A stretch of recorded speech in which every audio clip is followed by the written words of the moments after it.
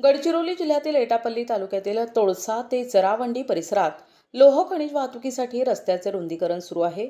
मात्र या कामामुळे पर्यावरणाची हानी होत असून स्थानिक नागरिकांना मोठ्या प्रमाणात त्रास सहन करावा लागत असल्याची गंभीर तक्रार समोर आली आहे.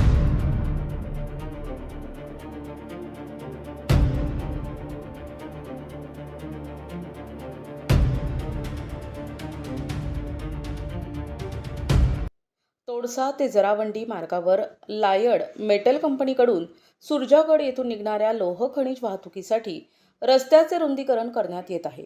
मात्र या कामादरम्यान नागरिकांना अनेक अडचणींचा सामना करावा लागत आहे. लोह खनिजाची वाहतूक करताना उडणारे धूळकण मोठ्या प्रमाणात परिसरात पसरत असून हे कण नागरिकांच्या श्वासनावाटे शरीरात जाऊन विविध आजार निर्माण होण्याचा धोका निर्माण झालाय.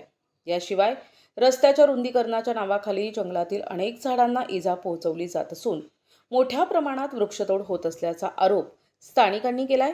या गंभीर प्रदूषणाकडे प्रदूषण नियंत्रण मंडळ आणि प्रशासन जाणीवपूर्वक दुर्लक्ष करत असल्याचा आरोप करण्यात येत आहे.